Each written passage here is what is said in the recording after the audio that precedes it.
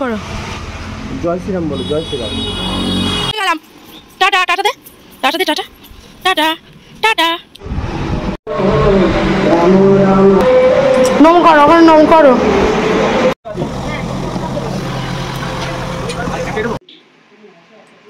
Hello everyone, welcome back to my channel. Welcome to my সংসারে আবার একটা নতুন ভিডিওতে। তো তোমরা সবাই কেমন আছো? আশা করছি ভালোই আছো। তো চলো আজকে আবার একটা নতুন ভিডিও তোমাদেরকে সাথে নিয়ে শুরু করছি। আজকের ভিডিওটা এখান থেকে শুরু করলাম, চলো ভিডিওটা দেখতে থাকো।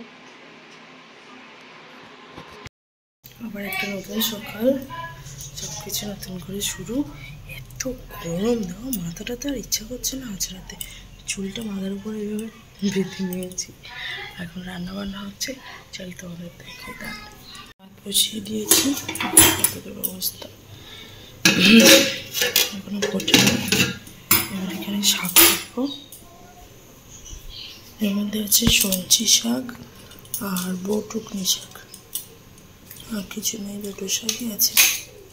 কেটে নিয়ে দাঁড়াও। ঠামা সকালবেলায় আম দিয়ে গেল, কাঁচা মাঠে আম আছে নাকি। ভাবছি দুটো শাক কাটবো, তার নিচে কি বটি পাতাবো বসবো, তো ওইখানে দাঁড়িয়েই কেটে নিচ্ছিলাম। আর এদিকে ভাতটাও হচ্ছে, ফুটে উঠেছে,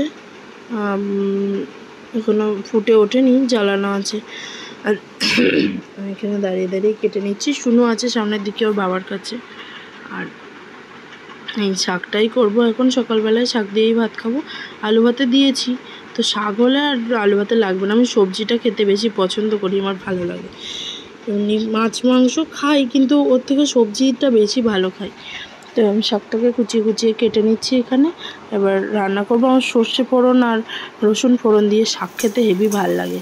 এই রান্নাটা আমি শিখেছিলাম আমার মাসির কাছ থেকে। তো মাসি সর্ষে ফোড়ন দিত, রসুন দিত না। আমি ওতে আর একটু করে রসুন দিয়েছি। এই দেখো, পেঁয়াজ রসুন ভেজে নিয়েছি, নিয়ে শাকটা ঢেলে দিলাম, দিয়ে এবার খাচ্ছি। আর আজকে দুপুরবেলায় আমাদের রান্না বান্না হয়েছিল মাছের ডিমের ঝাল, সঙ্গে ঝিঙে দিয়ে, মাছের ডিম দিয়ে, ওই যে ঝিঙে পোস্ত মতন ওই, আর আমের চাটনি, যে আমটা ঠাম্মা দিয়ে গেছিলো ওই চাটনি। তো খাওয়া দাওয়ার পর বিকেলবেলা, দুপুরবেলা একটু রেস্ট নিয়ে বেরিয়েছি অনেকটা ঘুরতে। অনেক দিন ধরে বাড়িতেই আছি, ভাল লাগছে না, মনে হচ্ছে কোথাও একটু ঘুরে আসি। তো গেলাম, টাটা টাটা দে, টাটা দে, টাটা টাটা টাটা। কিছুর জন্য যাচ্ছি, কোনো উদ্দেশ্য ছাড়াই।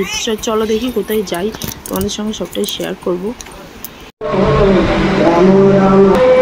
নম করো, ওখানে নম করো।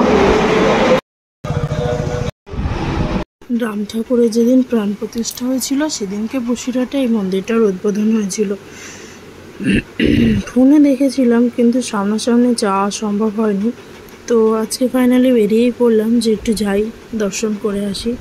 সবার দেখা হয়ে গেছে, আমি কেন বাদ থাকি। তো গেছিলাম একটু দেখতে, কত সুন্দর দেখো, সব কিছু মিলিয়ে খুব সুন্দর মন্দিরটা, রাস্তার ধারে, বেশ ভালো লাগলো।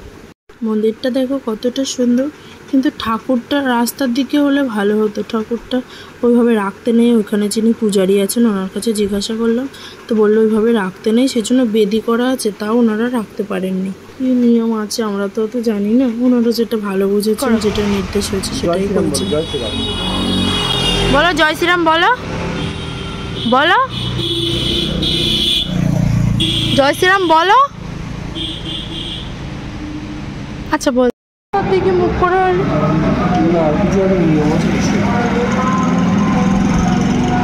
ওইখান থেকে চলে এসেছি, আর একটু চিকেন স্ট্রিপ খাচ্ছি। আমার আর অত হাড়টার অত কিছু ভালো লাগে না, স্ট্রিপটাই বেশি ভালো লাগে। মূলত আমার ওই যে ময়দার কোটিংটা থাকে ওটাই ভালো লাগে, তো সেটাই খাচ্ছিলাম। আর শুনু দেখো ঘুমিয়ে পড়েছে। কোথাও গেলে তখন ওনার ঘুম পায়, বাড়ি এসে যেই শুয়ে দিয়েছি সেই ঘুম ভেঙে গেছে। তো এবার আমি ওকে কোলে নিয়ে বসেছিলাম, আর প্রতিদেব একটু খাচ্ছিল মোমো। আর বাড়ির জন্য মোগলাই নিয়ে আসা হয়েছিল। বাড়িতে যেহেতু সবাই মোগলাই ভালোবাসে, ওরা তো মোমো কিংবা ওই যে চিকেনের যে উইংস টুইংস ওইগুলো হয়, ওরা অতটা পছন্দ করে না, সেই জন্য ওদের জন্য মোমোটাই নিয়ে আসা হয়েছিল।